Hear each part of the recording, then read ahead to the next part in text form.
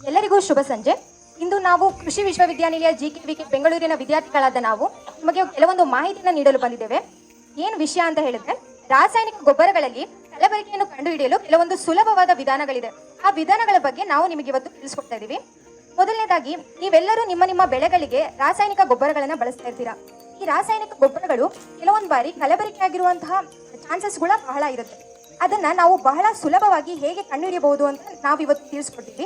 ಹೇಗೆ ರೈತರ ಮಟ್ಟದಲ್ಲೇ, ಮನೆಯ ಮಟ್ಟದಲ್ಲೇ ನೀವು ಇದನ್ನ ಸುಲಭವಾಗಿ ನೋಡ್ಬೋದು, ಅಂದ್ರೆ ಪರಿಗಣಿಸಬಹುದು. ಯಾವುದೇ ರೀತಿಯಾದ ಇಲಾಖೆಗಳಿಗೆ ಹೋಗುವಂತ ಅವಶ್ಯಕತೆಗಳು ಬರೋದಿಲ್ಲ. ಮತ್ತೆ ಈ ಕಲಬೆರಕೆ 2 ಹಂತದಲ್ಲಿ ಆಗುವಂತಹ ಒಂದು ಚಾನ್ಸಸ್ಗಳಿರುತ್ತೆ. ಮೊದಲನೇದಾಗಿ ಉತ್ಪಾದನೆ ಹಂತದಲ್ಲಿ ಈ ಕಲಬೆರಕೆ ಆಗಿರುತ್ತೆ. ಹಾಗೆ ಇಲ್ಲ ಅಂತ ಹೇಳಿದ್ರೆ ಮಾರಾಟದ ಹಂತದಲ್ಲೂ ಕೂಡ ಕಲಬೆರಕೆ ಆಗಿರುವಂತಹ ಚಾನ್ಸಸ್ಗಳು ಬಹಳ ಇರುತ್ತೆ. ಈಗ ನೀವು ಕೃಷಿ ಇಲಾಖೆಗಾಗಿರ್ಬೋದು, ಎಲ್ಗಾದ್ರೂ ಈ ರಸಗೊಬ್ಬರಗಳನ್ನ ಖರೀದಿಸಲು ನೀವು ಹೋಗ್ತೀರಾ. ಅವಾಗ ಈ ರಸಗೊಬ್ಬರಗಳನ್ನು ಖರೀದಿಸುವಾಗ ನೀವು ಕೆಲವೊಂದು ಅಂಶಗಳನ್ನ ನೀವು ತಲೆಯಲ್ಲಿ ಇಟ್ಕೊಬೇಕಾಗ್ತದೆ.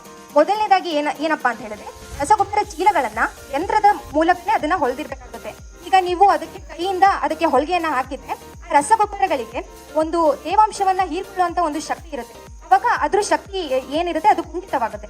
ಅದಕ್ಕೋಸ್ಕರ ಈ ರಸಗೊಬ್ಬರಗಳ ಚೀಲಗಳನ್ನ ಯಂತ್ರದ ಸಹಾಯದಿಂದನೇ ಹೊಲಿದಿದ್ರೆ ಬಹಳ ಒಂದು ಉಪಯೋಗವಾಗುತ್ತೆ. ಮತ್ತೆ ನೀವು ಈ ರಸಗೊಬ್ಬರ ಚೀಲಗಳನ್ನ ನೀವು ತೂಕ ಮಾಡಿಸಿ ತಗೋಬರ್ಬೇಕು. ಇವಾಗ ಅದ್ರ ಮೇಲೆ 50 kg ಅಂತಾನೆ ಇದೆ. ಇವಾಗ 50 kg ಜಾಸ್ತಿ kgನೂ ಅದು ಆಗಿರ್ಬೋದು. ಅದಕ್ಕೋಸ್ಕರ ನೀವು ತೂಕ ಮಾಡಿಸಿ ಅದನ್ನ ತಗೋಬರ್ಬೇಕಾಗುತ್ತೆ. ಮತ್ತೆ ಇನ್ನೊಂದು, ಅದ್ರ ಮೇಲೆ ಬೆಲೆಯನ್ನ ಹಾಕಿರ್ತಾರೆ. ಅಷ್ಟೇ ಬೆಲೆಯನ್ನ ನೀವು ಕೊಟ್ಟು ತಗೊಂಡ್ಬರ್ಬೇಕು. ಅದಕ್ಕಿಂತ ಹೆಚ್ಚು ಬೆಲೆಯನ್ನ ನೀವು ಕೊಡಬಾರ್ದು. ಹಾಗೆ ಈ ರಸಗೊಬ್ಬರಗಳ ಚೀಲದ ಮೇಲೆ ಕೆಲವೊಂದು ಮಾಹಿತಿಯನ್ನ ಅವರು ಹಾಕಿರ್ತಾರೆ. ಏನಪ್ಪಾ ಅಂದ್ರೆ, ನೀವೊಂದು ಯೂರಿಯಾನ ಖರೀದಿಸಕ್ಕೆ ಹೋಗಿರ್ತೀರಾ. ಇವಾಗ ರಸಗೊಬ್ಬರದ ಚೀಲದ ಮೇಲೆ ಯೂರಿಯಾ ಅಂತ ಹಾಕಿರ್ತಾರೆ. ಅದನ್ನ ನೀವು ಕರೆಕ್ಟ್ ಆಗಿ ನೋಡ್ಬೇಕು. ಹಾಗೆ ಅದರಲ್ಲಿ ಇರುವಂತಹ ಪೋಷಕಾಂಶಗಳು ಯಾವುದು ಅನ್ನೋದು ಕೂಡ ಅದ್ರ ಮೇಲೆ ನಮೂದಿಸಿರ್ತಾರೆ. ಇವಾಗ ಯೂರಿಯಾ ಅಂತ ಹೇಳಿದ್ರೆ ನೈಟ್ರೋಜನ್ N ಅಂತ ಹಾಕಿ 46% ಅಂತ ಹಾಕಿರ್ತಾರೆ. ಅಂದ್ರೆ ಸಾರಜನಕ ಇಷ್ಟು % ಇರುತ್ತೆ ಅಂತ ಹೇಳಿ ಅದ್ರ ಮೇಲೆ ಹಾಕಿರ್ತಾರೆ. ನೀವು ಅದನ್ನ ಕರೆಕ್ಟ್ ಆಗಿ ಗಮನಿಸಿ ತರಬೇಕು. ಆಮೇಲೆ ಇವಾಗ ಒಂದು 50 kg ಅಂತ ಇದ್ರೆ 50 kg ಅಂತ ಕೂಡ ಇರುತ್ತೆ. ಅದನ್ನು ನೀವು ನೋಡಿ ತರಬೇಕು. ಆಮೇಲೆ ಗರಿಷ್ಠ ಮೊತ್ತ ಇರುತ್ತೆ, ಅದನ್ನು ಕೂಡ ನೀವು ನೋಡಿ ಈ ಎಲ್ಲ ಅಂಶಗಳನ್ನ ಒಳಗೂಡಿ ನಂತರ ನೀವೆಲ್ಲ ಪರೀಕ್ಷಿಸಿದ್ರ ಮೇಲೆ ಆ ಗೊಬ್ಬರವನ್ನ ತಗೊಂಡ್ಬಂದ್ರೆ ಈ ಕಲಬೆರಕೆ ಆಗಿರೋ ಎಷ್ಟು ತೊಂದರೆ ಆಗುತ್ತಲ್ಲ ಅದು ಸ್ವಲ್ಪ ಕಮ್ಮಿ ಆಗ್ತಾ. ನಂತರ ಈಗ ನಾವು ಕಲಬೆರಕೆ ಆಗಿರೋದನ್ನ ನೋಡೋದು ಹೇಗೆ, ಅದನ್ನ ಹೇಗೆ ಕಂಡು ಹಿಡಿಯೋದಕ್ಕೆ ಕೆಲವೊಂದು ಬಹಳ ಈಸಿ ಆಗಿರುವಂತಹ ಕೆಲವೊಂದು ವಿಧಾನಗಳಿದೆ. ಮೊದಲನೇದಾಗಿ ನಾವು ನೋಡ್ಬೇಕು ಅಂತ ಹೇಳಿದ್ರೆ ಭೌತಿಕ ಪರೀಕ್ಷೆ. ಇವಾಗ 2 ರೀತಿಯಾದ ಇವಾಗ ಹರಳು ರೂಪದಲ್ಲಿ ಗೊಬ್ಬರಗಳು ಬರ್ತವೆ. ಹರಳು ರೂಪದಲ್ಲಿ ಬರೋ ಗೊಬ್ಬರಗಳಂದ್ರೆ ಯಾವುದು? ಯೂರಿಯಾ ಆಗಿರ್ಬೋದು, DAP ಆಗಿರ್ಬೋದು. ಈ ಗೊಬ್ಬರಗಳನ್ನ ನಿಮಗೆ ನೋಡ್ತಾ ಇದ್ದಾಗೆ ಗೊತ್ತಾಗುತ್ತೆ. ಇವಾಗ ಹರಳು ರೂಪದಲ್ಲಿ ಇರುವಂತದ್ದು ಬಿಟ್ಟು ಇತರೆ ಪದಾರ್ಥಗಳು ಅದ್ರ ಜೊತೆಗೆ ಮಿಕ್ಸ್ ಆಗಿದೆಯಾ ಅಂತ ನೀವು ಫಸ್ಟ್ ಅದನ್ನ ನೋಡ್ಕೊಬೇಕು. ಹಾಗೆ ಎಲ್ಲ ಹರಳುಗಳು ಒಂದೇ ಗಾತ್ರದಲ್ಲಿ ಇರಬೇಕು, ಹಾಗೆ ಒಂದೇ ಆಕಾರದಲ್ಲಿ ಇರಬೇಕು, ಮತ್ತೆ ಒಂದೇ ಬಣ್ಣದಲ್ಲಿ ಇರಬೇಕು. ಯಾವುದೇ ರೀತಿಯಾದ ಪುಡಿ ಆಗಿರುವಂತಹ ಹರಳುಗಳು ಅದರಲ್ಲಿ ಇರಬಾರ್ದು. ಎಲ್ಲದೂ ಕೂಡ ಒಂದೇ ಗಾತ್ರದಲ್ಲಿ ಇರಬೇಕು. ನೀವು ಮೊದಲನೇದಾಗಿ ಇದನ್ನ ನೋಡ್ಕೊಬೇಕು. ಎರಡನೇದಾಗಿ ಅಂತ ಹೇಳಿದ್ರೆ ನೀರಿನಲ್ಲಿ ಕರಗಿಸುವ ಪರೀಕ್ಷೆ ಅಂತ ಹೇಳಿ. ಇವಾಗ ನಾವು ಯೂರಿಯಾನ ತಗೊಂತೀವಿ. ಯೂರಿಯಾ ಗೊಬ್ಬರವನ್ನು ತಗೊಂಡು ನೋಡಿ, ಇದು ಬಿಳಿ ಹರಳಾಗಿರುತ್ತೆ ಯೂರಿಯಾ ಗೊಬ್ಬರ. ಇವಾಗ ನಿಮ್ಮ ಮನೆಯಲ್ಲೇ ಇರುವಂತಹ ಯಾವುದಾದ್ರು ಒಂದು ಪ್ಲಾಸ್ಟಿಕ್ ಗ್ಲಾಸ್ನ ತಗೊಂಡ್ರು ನಡೆಯುತ್ತೆ. ಅದಕ್ಕೆ ಒಂದು ಸ್ವಲ್ಪ ಅಷ್ಟು ಯೂರಿಯಾನ ಹಾಕ್ಬಿಟ್ಟು ಇದಕ್ಕೆ ಸ್ವಲ್ಪ ನೀರನ್ನ ನೀವು ಹಾಕ್ಬೇಕು.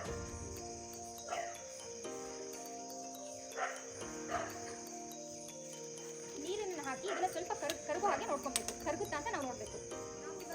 ಹರಳುಗಳನ್ನ ಹಾಕಿ ನೀರನ್ನ ಹಾಕಿದ್ವಿ ಯೂರಿಯಾ ಗೊಬ್ಬರಕ್ಕೆ. ಇದು ಸಂಪೂರ್ಣವಾಗಿ ಕರಗಿದೆ. ಇದರಿಂದ ನಾವೇನು ಹೇಳ್ಬೋದು ಅಂತ ಹೇಳಿದ್ರೆ, ಯೂರಿಯಾ ಗೊಬ್ಬರ ಯಾವುದೇ ರೀತಿ ಕಲಬೆರಕೆ ಆಗಿಲ್ಲ ಅಂತ ಹೇಳ್ಬಿಟ್ಟು. ಇವಾಗ ಅದು ಕರಗದೆ ಹಾಗೆ ಹರಳು ಹಾಗೆ ಉಳ್ಕೊಂತು ಅಂತ ಹೇಳಿದ್ರೆ ಇದ್ರಲ್ಲಿ ಏನೋ ಕಲಬೆರಕೆ ಆಗಿದೆ, ಅವರೇನೋ ಮೋಸ ಮಾಡಿದ್ದಾರೆ, ದುಡ್ಡಿಗೋಸ್ಕರ ಮಾಡಿದ್ದಾರೆ ಅಂತಾನೆ ಆಗುತ್ತೆ. ಅದಕ್ಕೆ ಅದು ಸಂಪೂರ್ಣವಾಗಿ ಕರಗಿದೆಯಾ ಅಂತ ಹೇಳಿ ನಾವು ನೋಡ್ಬೇಕು. ಇದು ಒಂದು ಪರೀಕ್ಷೆ ಆಗಿದೆ. ಮತ್ತೆ ಇನ್ನೊಂದು ಏನಂತ ಹೇಳಿದ್ರೆ, ನೀರಿನಲ್ಲಿ ಕರಗದ ತಕ್ಷಣ ನಾವು ಇನ್ನೊಂದು ನೋಡ್ಬೋದು, ಲೋಟ ಸ್ವಲ್ಪ ತಣ್ಣಗಾಗಿರುತ್ತೆ. ಪೂರ್ತಿ ಪ್ರಮಾಣದಲ್ಲಿ ಅದು ಕರಗ ತಕ್ಷಣ ಲೋಟ ಸ್ವಲ್ಪ ತಣ್ಣಗಾಗಿರುತ್ತೆ. ಈಗ ಲೋಟ ಸ್ವಲ್ಪ ತಣ್ಣಗಾಗಿರುತ್ತೆ ಅಂದ್ರೆ ಯಾವುದೇ ರೀತಿಯಾದಂತಹ ಕಲಬೆರಕೆ ಆಗಿಲ್ಲ. ಇವಾಗ ಯೂರಿಯಾದಾಯ್ತು. ಇವಾಗ ನಾವು DAP ಗೊಬ್ಬರದಲ್ಲಿ ಕಲಬೆರಕೆ ಇದೆಯೋ ಇಲ್ಲೋ ಅನ್ನೋದನ್ನ ನಾವು ನೋಡೋಣ.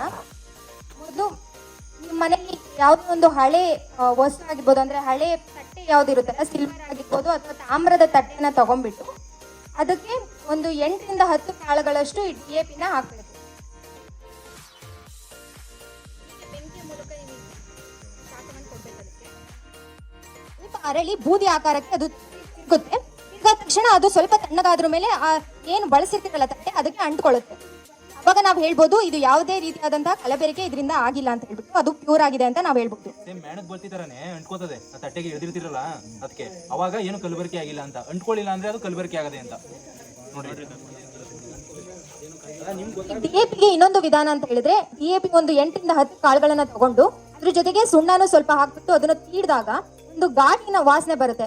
ಈ ಘಾಟ್ ವಾಸನೆ ಬಂತು ಅಂತ ಹೇಳಿದ್ರೆ ಅದು ಯಾವುದೇ ರೀತಿಯಾದ ಕಲಬೆರಕೆ ಆಗಿಲ್ಲ ಅಂತ ಹೇಳಿ. ಘಾಟಿನ ವಾಸನೆ ಏನು ಯಾವುದೇ ರೀತಿಯಾದ ವಾಸನೆಗಳು ಬರ್ತಾ ಇಲ್ಲ ಅಂತ ಹೇಳಿದ್ರೆ ಅದು ಕಲಬೆರಕೆ ಆಗಿದೆ ಅಂತ. ಇದೊಂದು ವಿಧಾನವಾಗಿದೆ.